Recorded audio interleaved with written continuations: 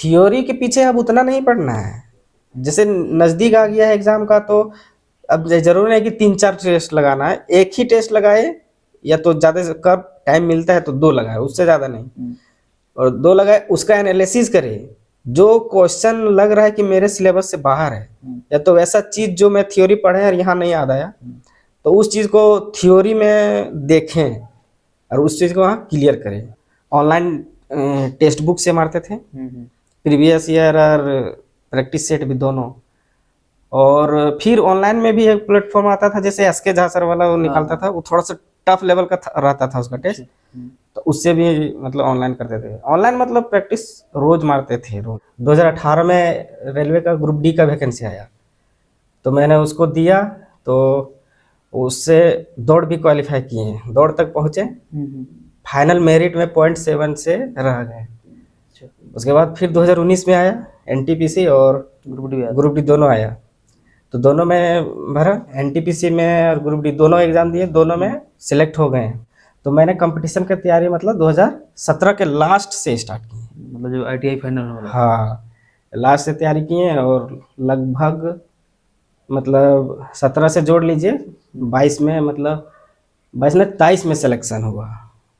2 साल तो 3 साल लॉकडाउन ही खा गया सबका। साहिल सर जो मैथ थी है, उससे हम थोड़ा बूस्ट करने के लिए, स्पीड बूस्ट करने के लिए उनसे वो एक प्रैक्टिस सेट पर डे लगवाते थे, तो उनका हम ऑनलाइन नहीं देखते थे, बाद में मतलब देखते थे साहिल सर को। रीजनिंग में भी है कि ऑनलाइन यूट्यूब में भी दीपक सर हैं, दीपक सर वो भी पढ़ाते ठीक, उनसे हम एक क्लास मतलब पर डे उसी तरह जिस तरह मैथ लेते थे उस तरह उससे भी लेते थे दीपक सर से। CBT 1 में 100 नंबर का रहता है, उसमें मेरा आया था लगभग रॉ मार्क्स 70 के आसपास, और नॉर्मलाइज होकर 76 हुआ था। अच्छा। और मेंस में लेवल 2 में था मेरा 94, और लेवल 3 में था 86। फ्रेंड्स, अभी टेक्स्ट बुक ऐप पर इंड ऑफ 499 सेल चल रहा है, जो कि 28 से 30 नवंबर 2024 तक ही वैलिड रहेगा। यदि आप हमारा कोड DOMC यूज करके टेक्स्ट बुक पास प्रो का 1 ईयर का सब्सक्रिप्शन परचेज करते हैं, तो यह आपको 439 में मिल जाएगा 12% एक्स्ट्रा डिस्काउंट के साथ। और 2 ईयर का पास प्रो का सब्सक्रिप्शन हमारा कोड DOMC यूज करने से आपको 12% एक्स्ट्रा डिस्काउंट के साथ 571 में मिल जाएगा। यह ऑफर जो है आपका 30 नवंबर तक ही वैलिड रहेगा, 30 नवंबर 2024 तक। यदि आप किसी भी कम्पिटेटिव एग्जाम की प्रिपरेशन कर रहे हैं, तो उस एग्जाम को क्रैक करने में मॉक टेस्ट और प्रीवियस क्वेश्चंस का बहुत इंपॉर्टेंट रोल होता है। टेस्ट बुक पास प्रो का सब्सक्रिप्शन लेने से आपको सभी एग्जाम्स के previous questions, mock test, chapter test, sectional test, subject test और फुल टेस्ट मिल जाते हैं। इसके साथ ही आपको एनालिसिस मिल जाती है कि आपका स्ट्रॉन्ग और वीक सेक्शन कौन कौन सा है, जिसकी प्रिपरेशन करके आप सिलेक्शन ले सकते हैं। इसके साथ ही मैं बता दूं कि अभी तक जितने भी सिलेक्टेड लोगों का इंटरव्यू हमारे चैनल पर लिया गया है, उन सभी लोगों ने मॉक टेस्ट और प्रीवियस क्वेश्चंस को बहुत इंपॉर्टेंट बताया है। तो मैं इसका लिंक डिस्क्रिप्शन में डाल दे रहा हूँ, वहां से क्लिक करके आप इस ऑफर का लाभ उठा सकते हैं। जय हिंद साथियों, आप सभी का स्वागत है डोमिनेंट कंप्यूटर्स के शानदार प्लेटफॉर्म पर। फ्रेंड्स, आज के इस इंटरव्यू सेशन में हमारे साथ है दयानंद जी, जिन्होंने RRB NTPC 2019 एग्जाम को क्रैक किया है और CCTC के शानदार पोस्ट को अचीव किया है। तो आज इनसे जानेंगे कि इनकी क्या स्ट्रेटेजी थी एग्जाम के लिए। तो सबसे पहले जानते हैं इनके बारे में, अपने बारे में बताइए। मैं दयानंद कुमार हूँ, मैं बगोदर के से रहने वाला हूँ, झारखंड से। झारखंड के रहने वाले हैं। तो आपकी जो तैयारी थी वो मतलब ऑफलाइन थी या ऑनलाइन थी? देखिए, सबसे पहले तो हम हजारीबाग से ही वहीं 12th किए, उसके बाद वहीं से ITI पहले किए, उसके बाद ITI के मिड सेशन में ही मैं कंपटीशन का कोचिंग ज्वाइन किया। अच्छा। तो कंपटीशन का कोचिंग ज्वाइन किया, तो उस समय हजारीबाग का वैसा कुछ नहीं था कि उतना लेवल का मतलब तैयारी हो गई। तो मैंने वहीं से ऑफलाइन कोचिंग किया, एक बेसिक जो फाउंडेशन कोर्स होता है वहाँ हजारीबाग से किए। फिर से जब 2018 में रेलवे का ग्रुप डी का वैकेंसी आया, तो मैंने उसको दिया, तो उससे दौड़ भी क्वालिफाई किए हैं, दौड़ तक पहुँचे, फाइनल मेरिट में 0.7 से रह गए। उसके बाद फिर 2019 में आया NTPC और ग्रुप डी दोनों आया, तो दोनों में भरा। उसके बीच में ही पहले झारखंड का आया था स्पेशल ब्रांच का, तो स्पेशल ब्रांच का दिए, तो उसमें से मेरा अच्छा खासा नंबर था, लेकिन वो क्या हुआ कि वैकेंसी कैंसिल हो गया। अच्छा। तो फिर मैंने झारखंड का तैयारी छोड़ दिया। फिर से रेल का जब आया ये NTPC 2019 और ग्रुप डी, तो इस पर हम जोड़ दिए और सोचे कि अब इसमें ही लेना है। थोड़ा सा तब तक प्रेशर भी आ गया था, तो एनटीपीसी में और ग्रुप डी दोनों एग्जाम दिए, दोनों में सिलेक्ट होगा। सिलेक्ट हो गए। उसके पीछे राज था कि बीच में लॉकडाउन आया था, और लॉकडाउन जो फर्स्ट लॉकडाउन था उसमें हम 1 महीना के लिए सिर्फ घर आए थे, अच्छा। और लॉकडाउन में हम हमेशा वहीं हजारीबाग में रहे। तो उसी समय तैयारी किए और बीच में एग्ज़ाम दिए और सिलेक्शन हुआ। और सिलेक्शन हुआ तो 3 रेलवे में एनटीपीसी में 2 लेवल में हुआ। टोटल तो 5-6 कैटेगरी का था, उसमें 2 मेरा ग्रेजुएशन लेवल नहीं था, तो 12th लेवल का लेवल 2-3 था। लेवल 2-3 दोनों में सिलेक्शन हुआ। अच्छा। बाद में ग्रुप डी का रिजल्ट आया, उसमें भी सिलेक्शन हुआ। ग्रुप डी में ज्वाइन किए, उसमें तब तक इसका ज्वाइनिंग नहीं आया था। तो ग्रुप डी वाला हम लगभग 1 साल के आसपास जॉब किए। जब इसका आया सीसीटीसी वाला, तो इसमें ज्वाइन किया। तो मतलब जो आपका तैयारी का जो समय था वो मतलब कब से शुरू हुआ था? मैंने तो 2014 में मैट्रिक दिए, 16 में इंटर दिए। तब तक इस सब कंपटीशन का मैंने कुछ नाम पता नहीं था। जब आईटीआई किए तो 2016 से 18 के बीच में, तो मैंने कंपटीशन की तैयारी मतलब 2017 के लास्ट से स्टार्ट की। मतलब जो आईटीआई फाइनल होने वाला। हाँ, लास्ट से तैयारी किए, और लगभग मतलब 17 से जोड़ लीजिए 22 में, मतलब 22 में 23 में सिलेक्शन हुआ। 2 साल तो 3 साल लॉकडाउन ही खा गया सबका, परेशान हुआ उससे। तो ग्रुप डी में आपने कुछ काम भी किया था क्या मतलब? हाँ, ग्रुप डी में सिग्नल डिपार्टमेंट में यहाँ आसनसोल डिवीजन में सिलेक्शन हुआ था। ई वाला हम लोग का था जो बेंगलोर बोर्ड का था, ये एनटीपीसी। तो वहाँ भी बहुत 1 साल तक ज्वाइनिंग नहीं करवाया कि वैकेंसी का वहाँ प्रॉब्लम था। हाँ, कुछ इशू आ रहा था। हाँ, तो अब वहाँ हम लोग का 2023 में डाइवर्जन हुआ ईस्टर्न रेलवे में, वहाँ से अब ज्वाइनिंग आया। तो यहाँ भी बहुत लेट हुआ। जो आपका मोड ऑफ प्रिपरेशन था तैयारी का, वो हिंदी मीडियम था, इंग्लिश मीडियम था?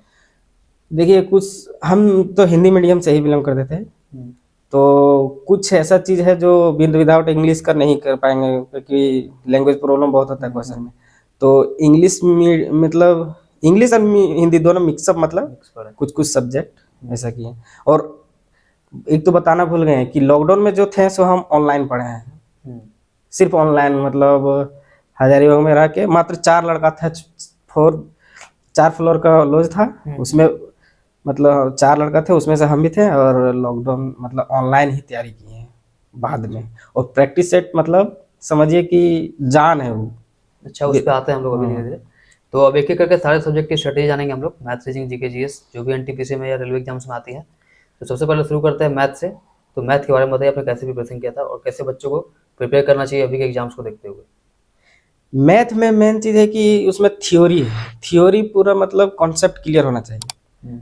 कॉन्सेप्ट जरूरी नहीं कि कोई ट्रिक वाइज, ट्रिक वहाँ होता है जो मतलब कॉन्सेप्चुअल जो लास्ट में आता है ना, उसी से ट्रिक बनता है।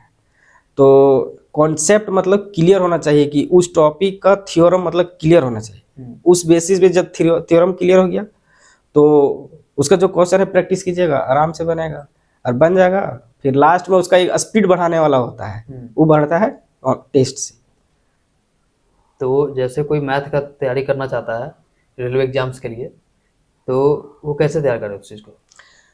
वो बुक भी प्रिफर करते हैं उसको, जैसे प्रीवियस ईयर मैन है।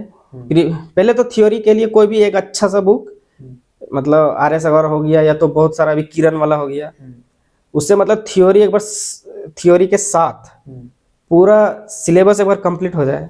ठीक है। उसके बाद प्रैक्टिस उसका मतलब प्रीवियस ईयर जैसा आया है उसका मैथ पूरा मतलब बना लें।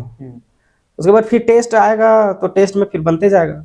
और पहला ये है कि हम तो सबसे पहले सबका अलग अलग एक नोटबुक बनाए थे, मैथ का भी सिर्फ थ्योरी का, थ्योरी का एक बुक बनाए थे। टेस्ट मारते थे, कहीं कुछ नहीं क्वेश्चन बनता था तो हम उससे रिलेटेड थ्योरी देख लेते थे। हाँ, तो इससे मैथ मतलब अच्छा ही होता है। तो और मैथ आपने मतलब कोई ऑनलाइन कोई टीचर से? ऑनलाइन हम देखिए साहिल सर जो मैथ थी है, उससे हम थोड़ा बूस्ट करने के लिए, स्पीड बूस्ट करने के लिए उनसे वो एक प्रैक्टिस सेट पर डे लगवाते थे। तो उनका हम ऑनलाइन नहीं देखते थे, बाद में मतलब देखते थे साहिल सर का। मतलब लाइव ना देख के उसको फिर बाद में हाँ, वीडियो देखते थे। तो इस तरह से आपका मैथ मतलब प्रिपेयर हो गया था। और रीजनिंग की तैयारी आपने कैसे किया था? रीजनिंग का देखिए, जो हम कोचिंग बताए थे ना कि हजारे में कोचिंग किए थे रीजनिंग, मेरा थ्योरम वहीं से कंप्लीट हो गया था रीजनिंग का। उसके बाद कोई विशेष बुक नहीं बनाए थे रीजनिंग का, सिर्फ जो एक बार जो पढ़े थे वो था सागिर अहमद का रीजनिंग, उससे मतलब कंप्लीट एक बार बुक पढ़ लिए। उसके बाद फिर प्रैक्टिस सेट में जो आते गया उसी से मतलब क्लियर हुआ रीजनिंग। तो रीजनिंग में भी है कि ऑनलाइन यूट्यूब में भी दीपक सर हैं, दीपक सर वो भी पढ़ाते ठीक, उनसे हम एक क्लास मतलब पर डे उसी तरह जिस तरह मैथ लेते थे उस तरह उससे भी लेते थे। दीपक सर से। और जीके जीएस के बारे में बताइए। जीके जीएस इसको लेकर बहुत से बच्चों को प्रॉब्लम आता है जीके जीएस को। जीके जीएस तो अभी रेलवे में तो ज़्यादा मतलब पहले वाला चीज़ जैसे हो गया, हिस्ट्री अब बहुत मतलब कम आता है। तो आता है तो ऐसा नहीं कि छोड़ देना है, कम आता है तो जैसे लुसेंट है, लुसेंट एक ऐसा बुक है जो बहुत चीज़ है उसमें पढ़ के भी नहीं समझ पाएगा। तो उसके लिए पहले हम एनसीईआरटी जो है 6 से 10th तक एनसीईआरटी हम पढ़े थे एक बार पहले बेसिक सीखने के लिए। उसके बाद ही हम लुसेंट था, फिर एक प्रॉपर जिस तरह उन लोग का कॉपी बनाए थे मैथ रीजनिंग का ना, उस तरह हम जीएस का भी एक कॉपी किए थे, बनाए थे, जो मतलब ऐसा चीज जैसे प्रैक्टिस सेट में मिल जाए या कोई बुक में ना रहे वैसा चीज मतलब हम नोट करते गए थे हमेशा प्रॉपर ढंग से बुक से। तो जीएस फिर है करंट अफेयर्स रेगुलर बेसिस पे ऑनलाइन यूट्यूब से हम पढ़ते थे। भुवनेश सर करके है वाईफाई स्टडी में, द हिंदू न्यूज़पेपर कवर करते हैं, उससे हम रेगुलर करते थे करंट अफेयर्स। उसको नोट भी करते थे क्या? हाँ नोट भी करते थे, उसका भी एक अलग कॉपी था। तो जैसा कि अभी का जो ट्रेंड चल रहा है, टीसीएस एग्जाम ले रही है एसएससी का या फिर रेलवे का, तो इसमें क्या होता है कि स्टैटिक का जो पोर्शन है वो काफ़ी ज़्यादा बढ़ गया है। काफ़ी ज़्यादा, हाँ बोलो, इसके लिए भूल गए हम। इसके लिए हम जैसे कोई भी प्रैक्टिस सेट में आता था कोई भी स्टैटिक जीके से रिलेटेड क्वेश्चन, तो उसका हम तो बुक में बहुत चीज़ तो नहीं मिलता है डिटेल, वैसा बुक भी नहीं है अभी अवेलेबल बोलिएगा तो। अब कुछ आ गया है, जैसे कोई निकालता है स्टैटिक जीके के नाम से, तो हम प्रैक्टिस सेट में मारते थे तो ऐसा क्वेश्चन आता था ना, तो हम उसका गूगल जो विकीपीडिया है उससे हम उससे रिलेटेड पूरा टॉपिक उसी से क्लियर करते थे, और जो बताए थे कि जीएस का एक कॉपी था उसमें नोट भी करते थे। तब मेरा स्टैटिक जीके का पोर्शन उसी तरह से कंप्लीट हुआ विकीपीडिया से। तो जैसा कि आपने बताया करंट अफेयर आपने ऑनलाइन पढ़ा था, तो उसके लिए कोई आपने मैगजीन भी वगैरह भी फॉलो किया था क्या? नहीं, ऑफलाइन मैगजीन नहीं, सिर्फ कभी कभी होता था कि न्यूज़पेपर जैसे आता है नहीं, तो उससे देखते थे, छांटते थे कुछ ऐसा चीज है क्या, तो उससे भी हम कॉपी में नोट करते थे। और एग्जाम के टाइम में करंट अफेयर्स का जितना भी बना कॉपी में उसको रिवाइज करते थे। और रेलवे एग्जाम्स में प्रीवियस ईयर क्वेश्चंस क्या रोल है?